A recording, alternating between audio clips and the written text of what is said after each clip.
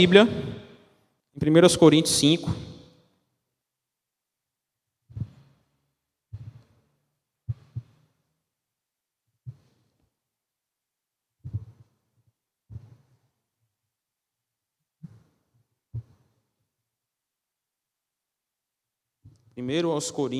Primeira carta de Paulo aos Coríntios, capítulo 5, vamos ler de 1 ao 13. E como das outras vezes em que estivemos aqui, a gente vai dividir em partes, certo? A gente vai, na primeira parte, do 1 ao 5, na segunda parte, do 6 ao 8, e na terceira parte, do 9 ao 13. Vou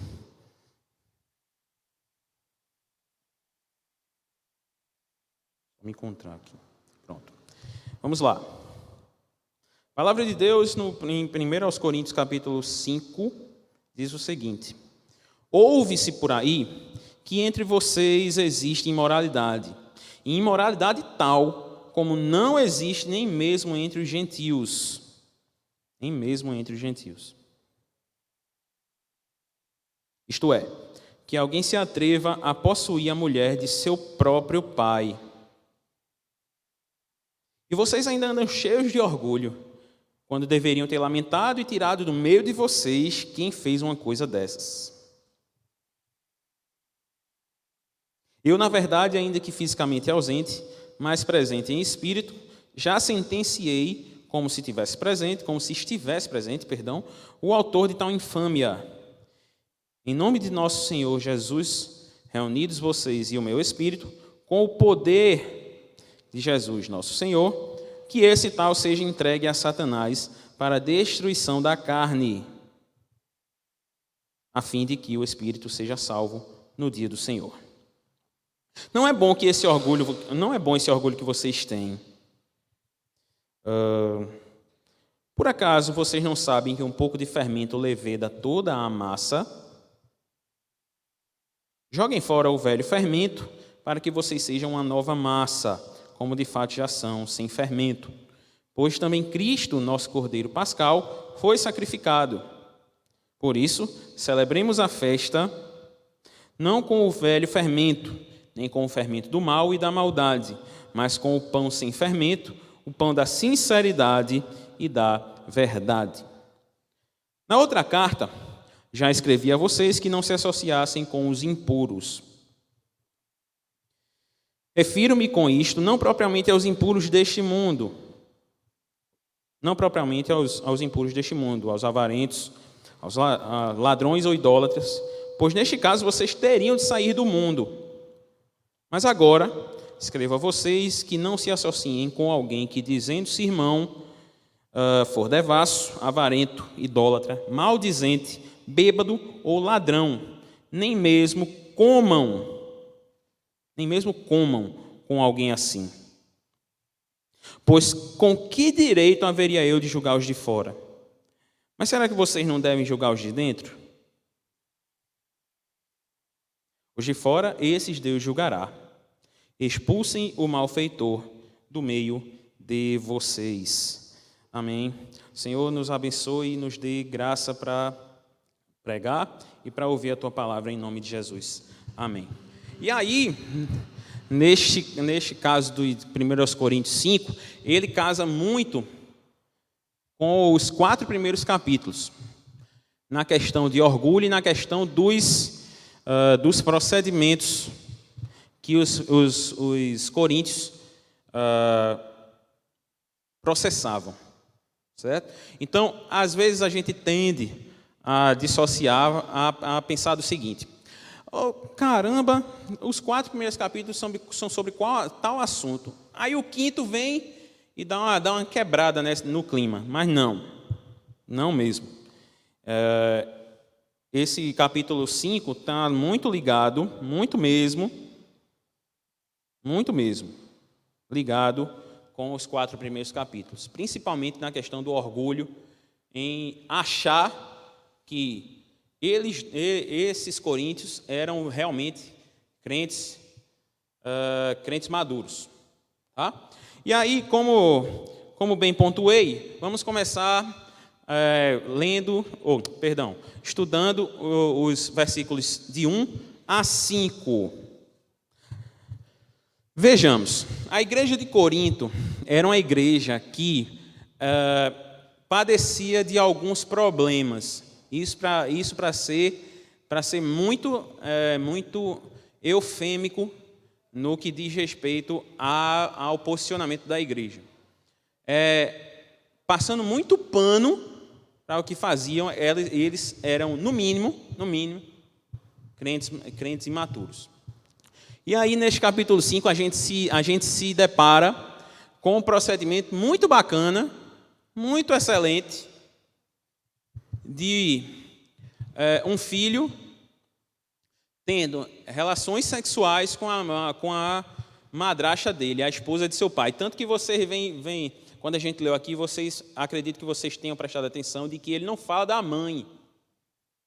Não fala da mãe diretamente.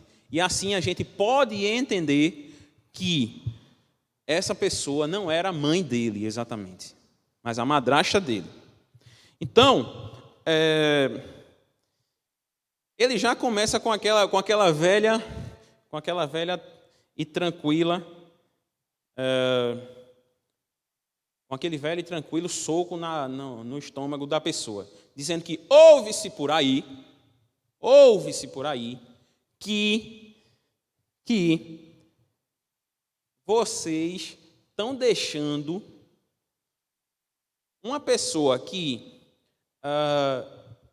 tem relações sexuais com a mulher do próprio pai, de boa, ficar lá dentro,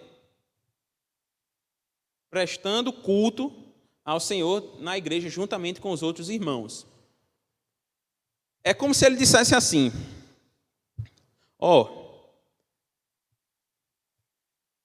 já compartilharam, parceiro. Todo mundo já está sabendo. Já está lá em Instagram, Facebook, Twitter, que tem um cara que está, me perdoem a palavra agora, que está pegando a própria madrasta. É mais ou menos isso que ele quer dizer.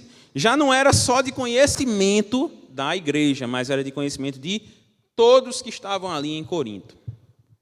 Só um parêntesezinho, como questão de curiosidade, alguns dos gregos utilizavam-se da palavra corintianizar-se para traduzir esse tipo de atitude. Esse tipo de atitude no que diz respeito à imoralidade. E assim não somente sexual, mas a imoralidade aqui até aqui. Vamos dizer, a gente pode colocar, pode nivelar as imoralidades que existem, né? Então vamos lá. Ouve-se por aí que entre vocês existe imoralidade tal como não existe nem mesmo entre os gentios. Isto é, que alguém se atreva a possuir a mulher de seu próprio pai. E vocês andam cheios de orgulho, quando deveriam ter lamentado e tirado do meio de vocês quem fez uma coisa dessas. E aí ele já parte para resolver a dúvida que os coríntios tinham. E vamos ser sinceros, é uma dúvida que não deveria existir, dado que cristão não tem nada a ver com imoralidade sexual. Mas ainda assim, a igreja de Corinto manda uma carta e pergunta isso a Paulo.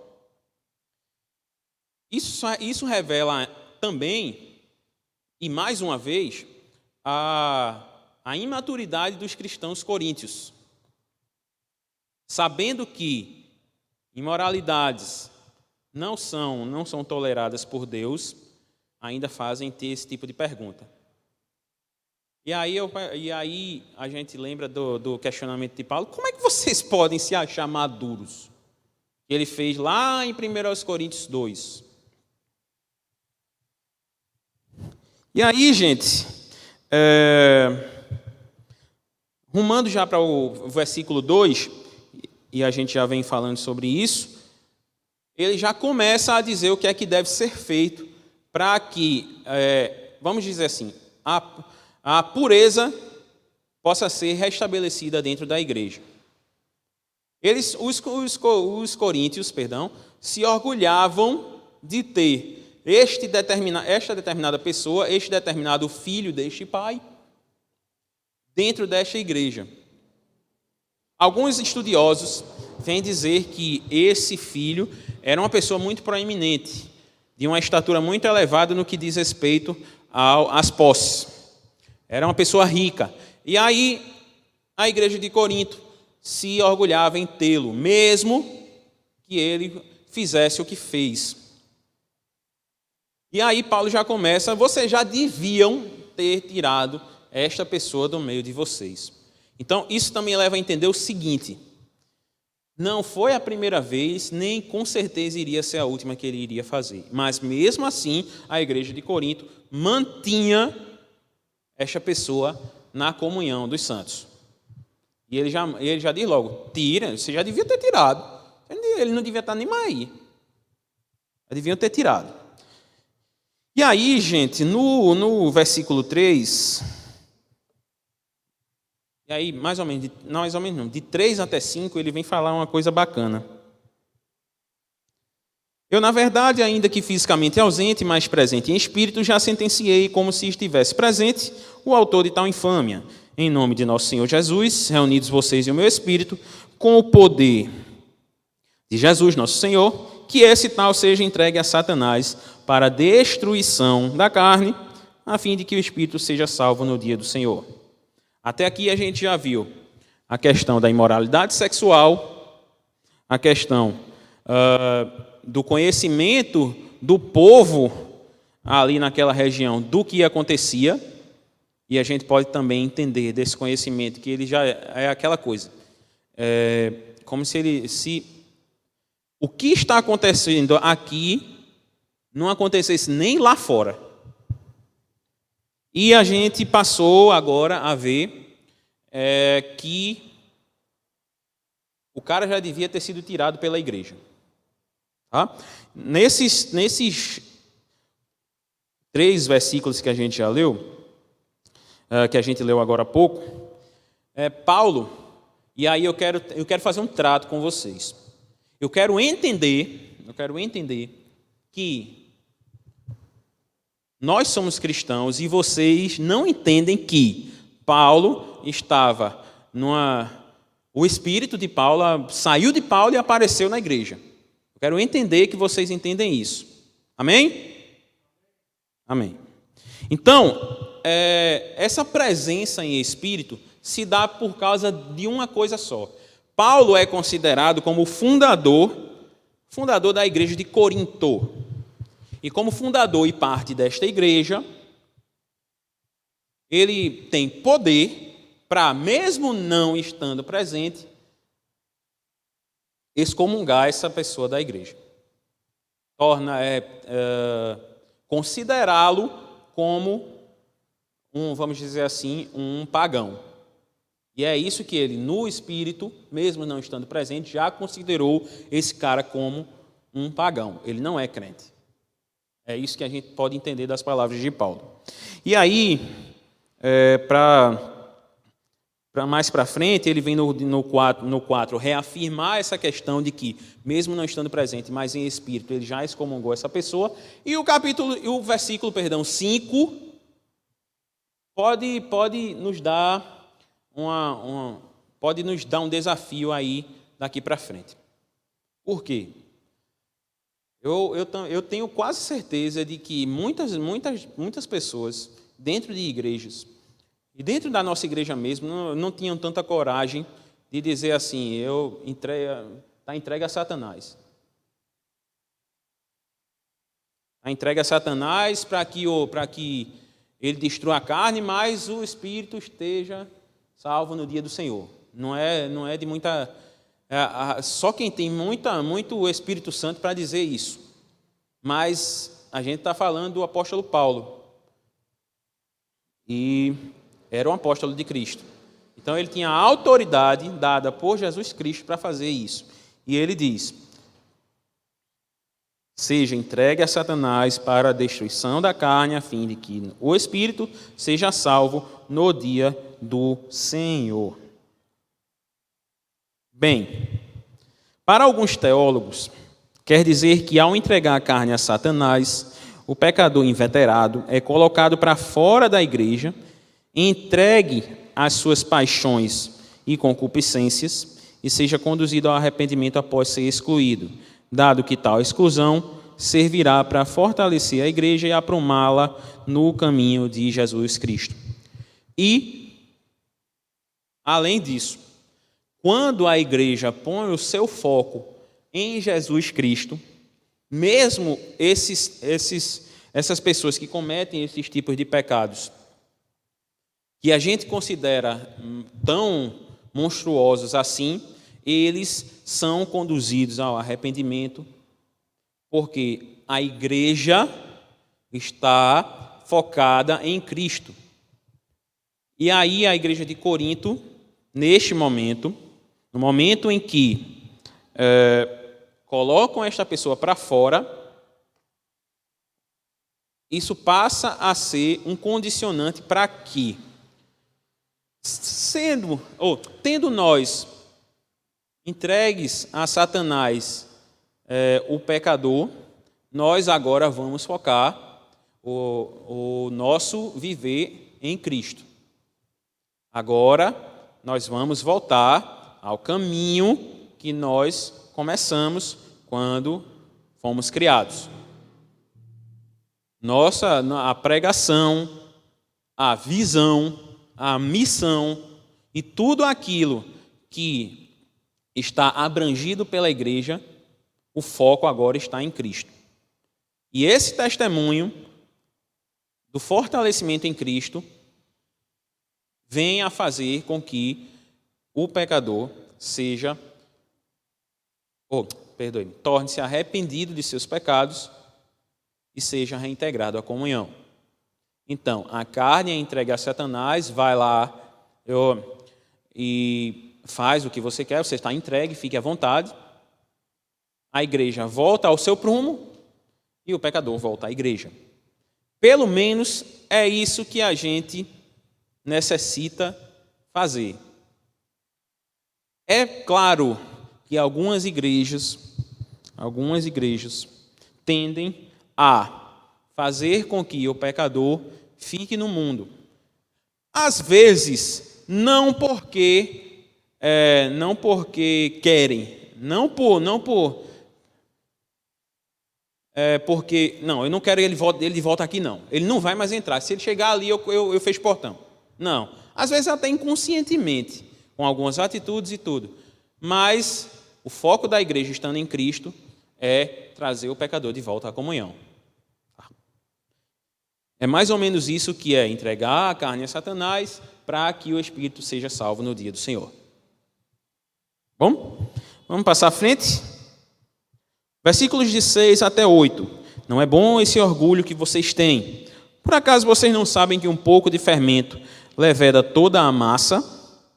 Joguem fora o velho fermento para que vocês sejam nova massa, como de fato já são, sem fermento. Pois também Cristo, nosso Cordeiro Pascal, foi sacrificado. Por isso, celebremos a festa não com o velho fermento, nem com o fermento do mal e da maldade, mas com o pão sem fermento, o pão da sinceridade e da verdade. E aí é o seguinte, um determinado teólogo, o nome dele eu não vou dizer não, é porque eu não sei. Eu não sei a pronúncia, na verdade, mas o sobrenome dele é Veng, não sei. Enfim, ele diz o seguinte, aliás, ele cita o seguinte, já de outro teólogo que falava sobre isso. Cita a divisão ou a cisão entre os significados de levedo e de fermento. Com relação a fermento, é uma substância que você coloca de fora numa massa para que ela cresça. Por exemplo, se você come o pão francês que você come em casa, saiba que ele começa deste tamanho, o fermento é colocado e ele fica deste. Tá? Em alguns lugares tem pão desse tamanho. Entretanto,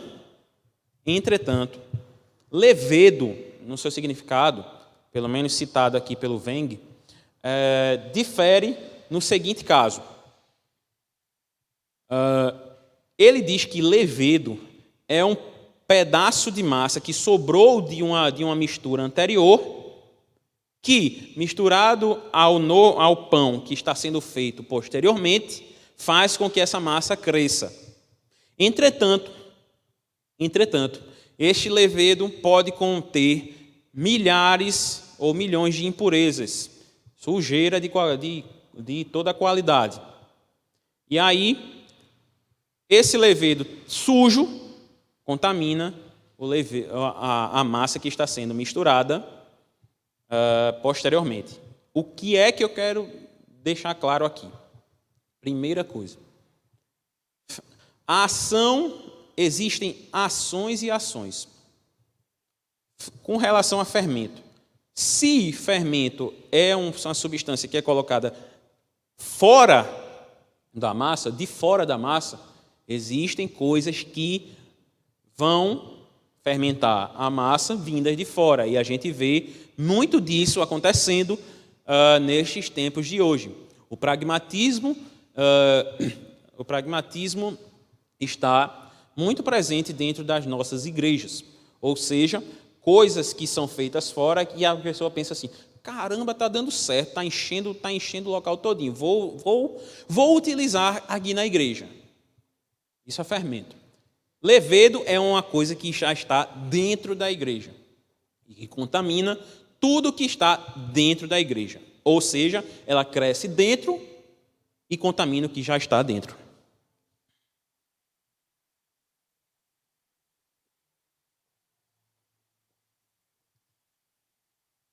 Então, isso corrobora o que já foi dito no versículo 5.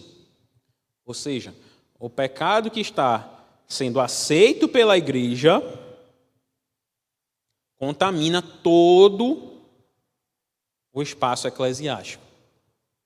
Então, o que é que se faz? Tira-se esse pedaço que cresceu dentro e continua-se a mistura.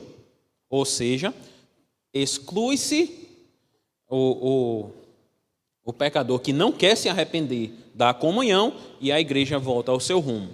Então, neste caso, essa parte de 6 até 8 é mais ou menos isso aí. Tá? Pelo menos eu concordo com o postulado deste determinado teólogo. E aí, depois que esse levedo é colocado para fora e a massa começa a ser misturada de forma homogênea, tranquila, sem nenhuma sujeira, ela vai crescendo, de maneira tal que atinge-se a maturidade, mas maturidade tal que está em Cristo. Ou seja, levedo tirado, mistura feita, limpa, pura, é a mesma coisa que uma pessoa que não quer se arrepender é tirada da comunhão e a igreja volta ao foco normal que deve ter. Focar os olhos em Cristo, autor e consumador da nossa fé.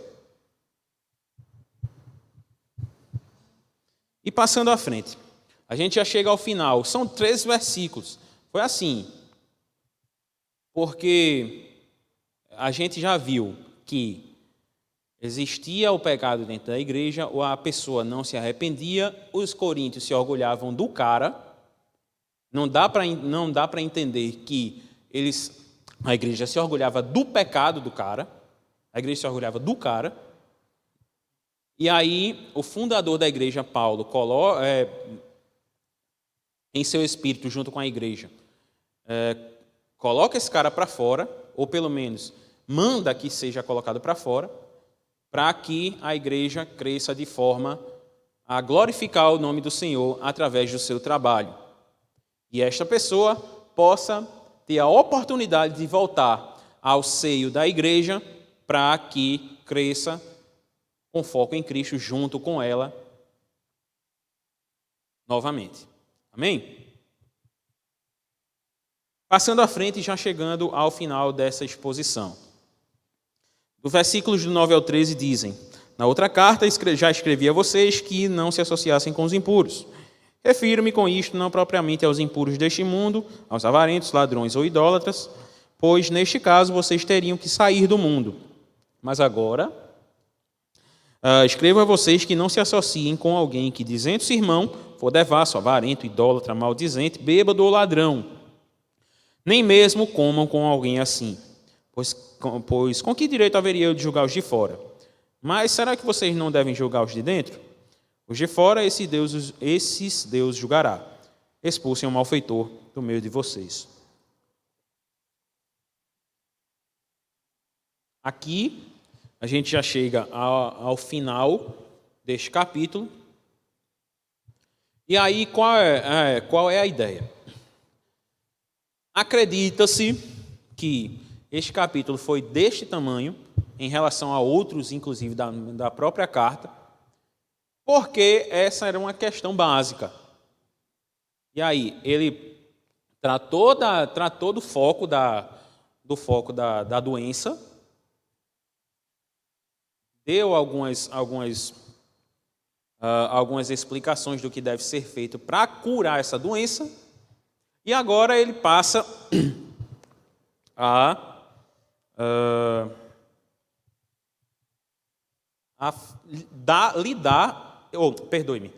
dar as explicações de como prevenir essa doença.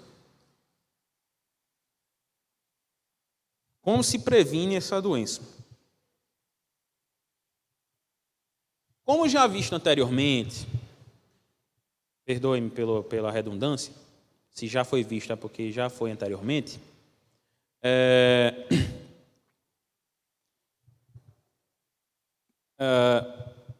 foi tratado do orgulho que esses cristãos tinham dessa pessoa. A igreja se orgulhava de que era espiritual e se orgulhava do cara, como já dissemos. Contudo, Paulo responde aos coríntios que não deve haver nenhuma associação, por mínima que seja, com aqueles que cometem tais pecados. E aí a gente já leu os pecados aqui. No entanto, eu quero deixar claro o seguinte.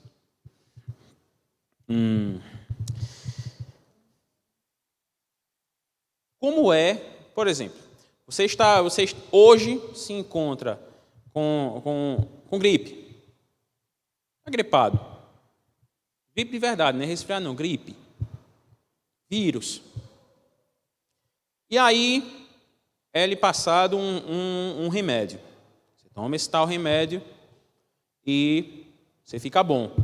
Aí o médico vai e diz, você tem que fazer tal e tal coisa, ficar longe de tal e tal coisa, fazer se cuidar de tal e tal jeito. Aí você vai e faz o contrário. Você pega, toma o remédio, já estou bom. Olha, eu tomei aqui uma vitamina C, estou bacana. Agora eu estou curado. Vou sair na chuva. Vou sair na chuva, vou encontrar com uma determinada pessoa. A pessoa está padecendo da mesma gripe que você já teve, só que não se cuidou e ainda está gripada. Aí você, vou conversar com ele. Oi, tudo bem? Tudo bem.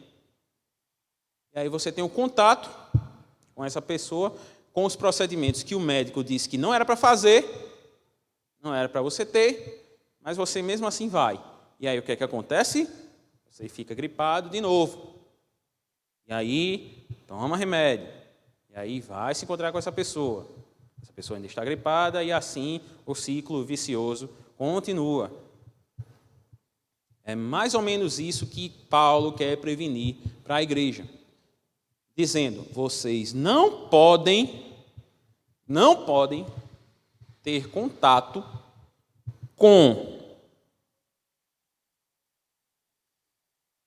avarento, devasso, idólatra, maldizente, bêbado ou ladrão, nem mesmo comam com alguém assim. Ou seja, não tenha contato com esse tipo de pessoa, pois Tendo contato com esse tipo de pessoa, você vai ficar doente novamente. Ou, na verdade, deixa eu só corrigir, você pode vir a ficar doente novamente. Então, fique longe desse tipo de pessoa. Não chegue perto disso. Não comungue com esse tipo de ação, nem com esse tipo de pessoa que executa essa ação. É mais ou menos também como o Salmo 1.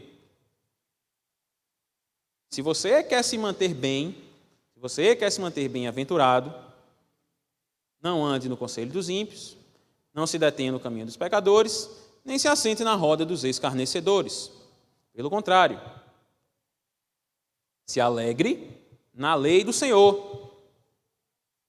Então, se você não quer que os gentios achem que você é pior do que eles, você estando na igreja, não se associe com essas pessoas. Se previna. Previna. Você já viu o que acontece quando você está doente.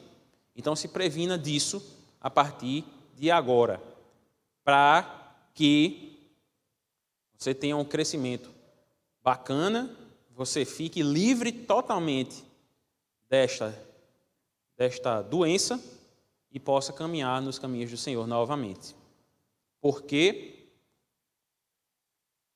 você necessita disso. Afinal, você é a igreja. E a igreja é de Cristo. Se ela é de Cristo, não pode andar por outros caminhos. Tá? Terminando essa exposição, ainda tem o seguinte. Último ponto. Esse cara foi botado para fora. Vamos imaginar o seguinte. Você pode julgar os de fora? Pode. Não deve. Mas às vezes algumas pessoas fazem. Algumas pessoas fazem isso. E quando se fala em julgar, é julgar tendo os preceitos bíblicos. Como se pode julgar uma pessoa tendo assim? Entenda o que eu vou dizer. Não quero dizer que a gente não possa. A gente deve. Você coloca para fora, você vai julgar as ações da pessoa. Você nem deve, nem precisa. Porque quem julga as ações dessa pessoa é o próprio Deus.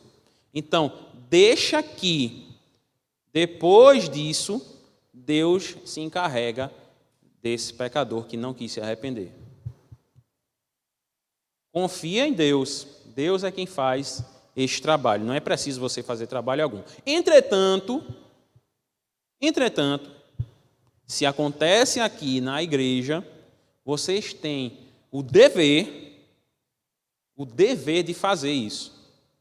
Afinal, você é membro desta igreja, não somente da Congregacional Central, mas de todas as outras igrejas que, porventura, tenham pessoas que estão assistindo aqui na televisão este culto, ou aqui mesmo, você tem o dever de manter, de zelar pela pureza da sua igreja, denunciando os pecados cometidos por determinadas pessoas, ou determinadas pessoas por uma só. Você tem o dever de fazer isso, para que você, como membro da igreja, zele por ela estar no caminho em que ela necessita estar, ou seja, Jesus. Deixa que as ações que as pessoas estão lá fora, os pagãos que estão lá fora, os descrentes que estão lá fora, as ações deles, Deus vai julgar. Deixa, mas estando aqui você tem o dever de julgar. Amém? Essa questão de a gente aqui se juntar para ouvir as explicações e emitir o nosso parecer é muito congregacional. Eu vejo muito a minha igreja aqui. Mas essa questão de sistema de governo deixa para outro dia. Ainda tem muita coisa a ser dita a isso. Mas eu vejo o nosso sistema congregacional assim, exacerbado nessa passagem. Então, passando à frente, vamos a algumas aplicações. Eu queria deixar 3 aplicações aqui desta exposição, que são as seguintes. A primeira, a missão da igreja é denunciar pecados. Se temos pecados sendo cometidos dentro da igreja, devemos repreendê-los, conforme está escrito, inclusive, em Mateus 18:15. Vamos ler.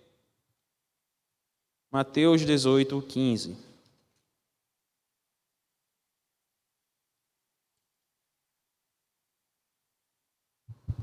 Aliás, a partir do 15.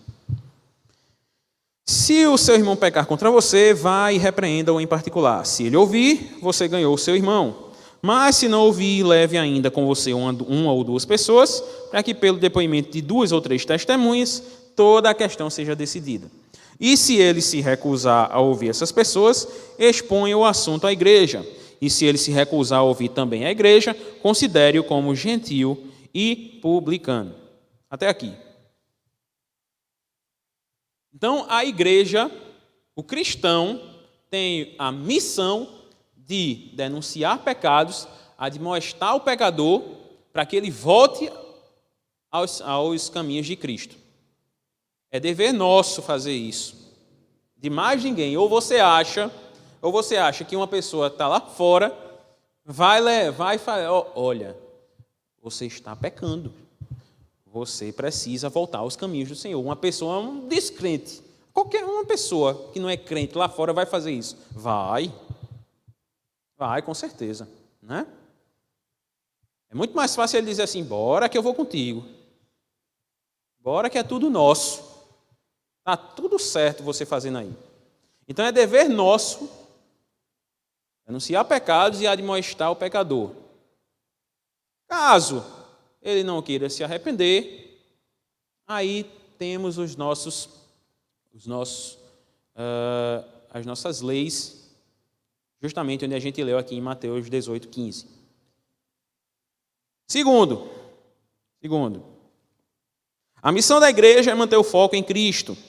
Para que a igreja tenha crescimento saudável, é preciso manter o foco única e totalmente em Cristo. Ou seja, fitando os olhos no autor e consumador da nossa fé, é muito mais difícil, eu queria dizer impossível, que a gente desvie o foco. Então mantenha os olhos em Cristo, porque sim, é possível que, não mantendo os olhos em Cristo, você caia em pecados que você anteriormente eu digo, não, vou não. Jesus está no barco. Olha Jesus aqui. Ele está aqui. Aquele que está de pé, cuide para que não caia. Se isso está na Bíblia, é muito possível que você, estando longe de Jesus Cristo, você caia e caia bonito. Se jogue num poço tão sem fundo que se jogar uma moeda dentro, você não vai pegar. Ela vai se desintegrar no meio do caminho, de tão fundo que o poço é. Então, mantenha o seu foco em Jesus Cristo, e aí você estará prevenindo a doença do pecado que lhe assola. E sim, ele vem com tudo. E a terceira agora é para a igreja.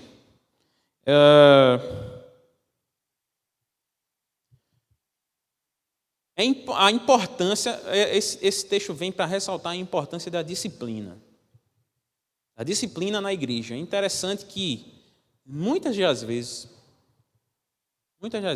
o pastor vem conversar com um determinado membro, o pastor informa que ele vai ser disciplinado e esse membro vai-se embora da igreja. É muito.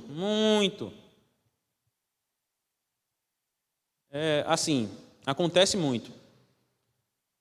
Mas é dever da igreja a disciplina. Para que, repito, a gente possa continuar com o nosso foco em Jesus Cristo. Então, se porventura em algum momento você vier a ser disciplinado, aceite a disciplina. Deus não impõe disciplina sobre os seus filhos porque ele acha bonito. Não, é porque ele ama. Ele ama cada um dos filhos dele. Então, o pastor disse, você está sendo disciplinado, você vai passar tanto tempo aqui sendo observado e passando pelos procedimentos normais. Aceite, porque é o meio pelo qual a gente mantém a nossa comunidade focada e longe dos pecados que nos assolam. Então tenham isso em mente. Cuidado, você está, neste momento, sendo rodeado por diversos pecados. Cuide da sua vida espiritual, sua vida física. Porque o espiritual está muito ligado ao físico e às vezes o físico padece por causa do espiritual. Às vezes não, todas as vezes. Então cuide da sua vida e saiba que Deus tem propósitos para você. Às vezes o propósito dele se revela na disciplina que ele mantém sobre você. Mas Deus tem planos e esses planos são eternos. Então, que Deus abençoe a sua vida. Vamos orar. Curva sua cabeça.